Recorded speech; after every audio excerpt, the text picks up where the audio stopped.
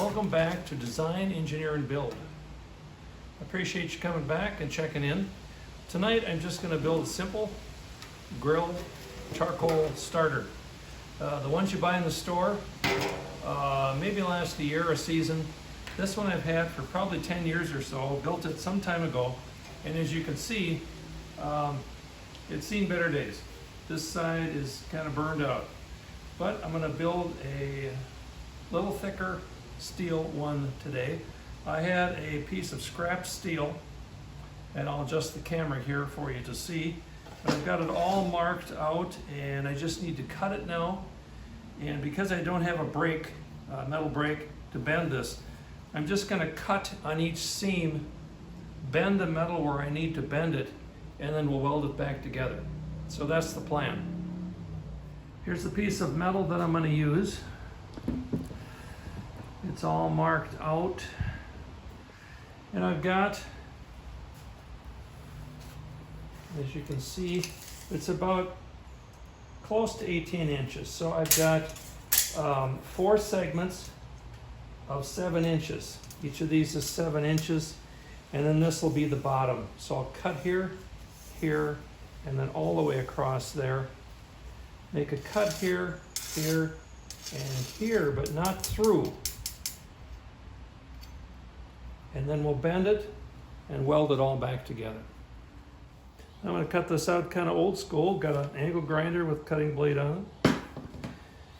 But just a reminder, be sure and wear your safety, hearing protection, eye protection. And I've got a pair of leather gloves just because of the sparks, etc. So there we go.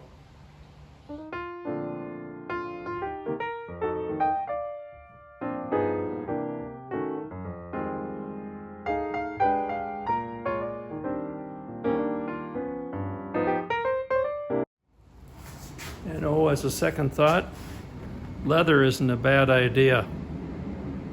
Those sparks get awful hot, and I'm starting to feel a little warm spot on my hip here.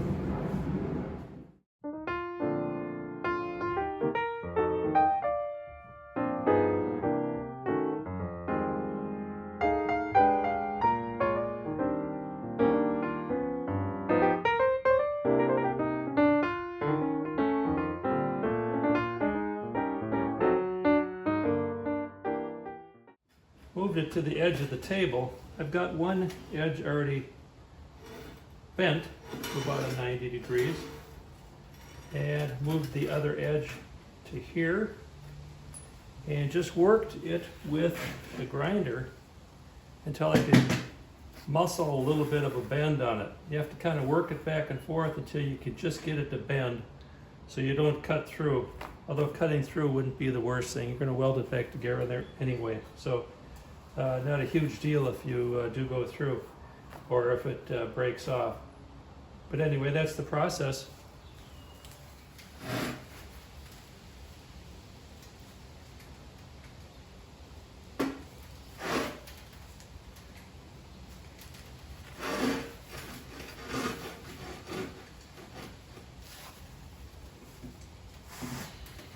Well, that one is not ready yet.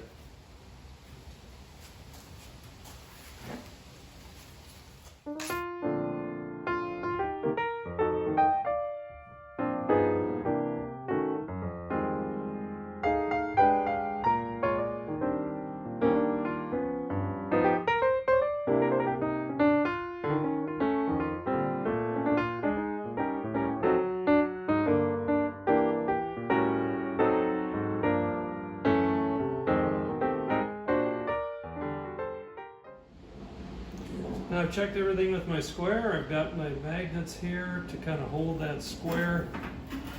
Checked it with my square here. And at least these 2 corners are currently pretty square.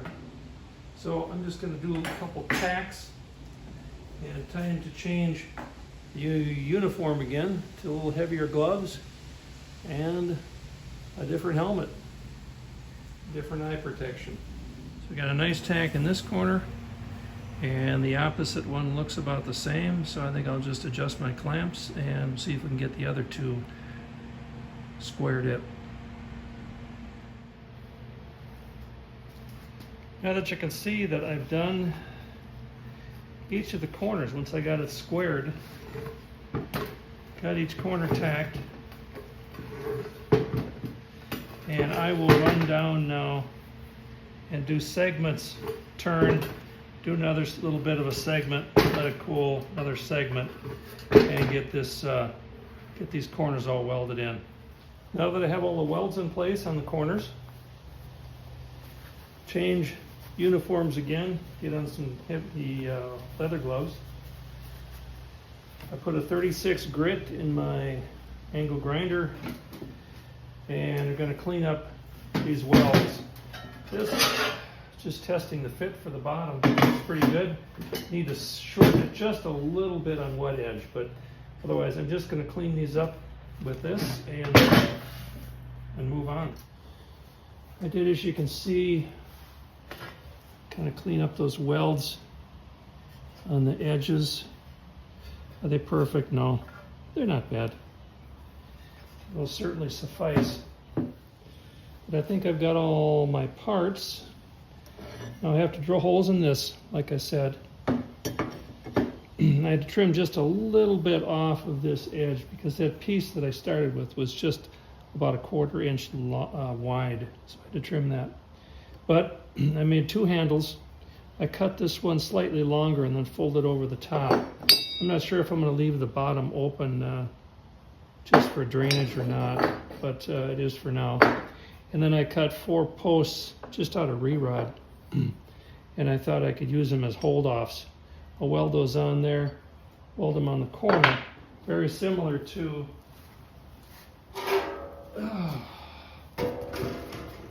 the original.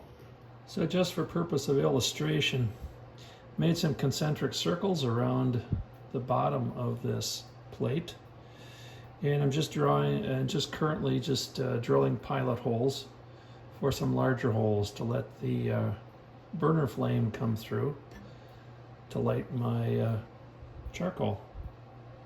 Or if you're using just charcoal lighter, to create the draft for the air to light those same coals.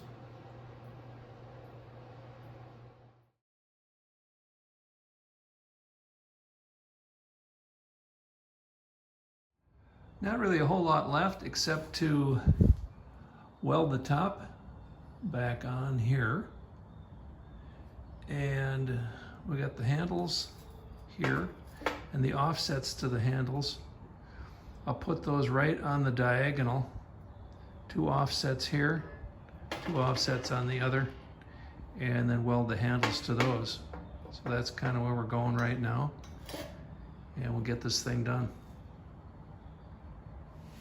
Now this is pre-sanding, of course, and kind of some finishing, but propped it up with the magnet at a 45 and then put these kind of at a 45 to the corners.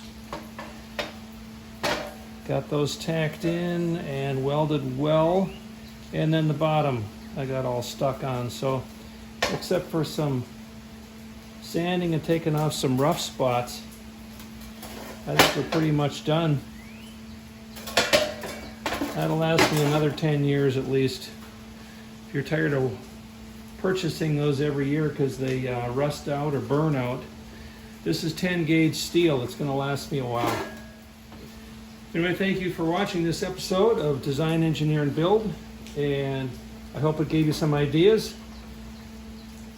And pretty easy project. You got a welder, obviously, but the rest of the tools are pretty basic.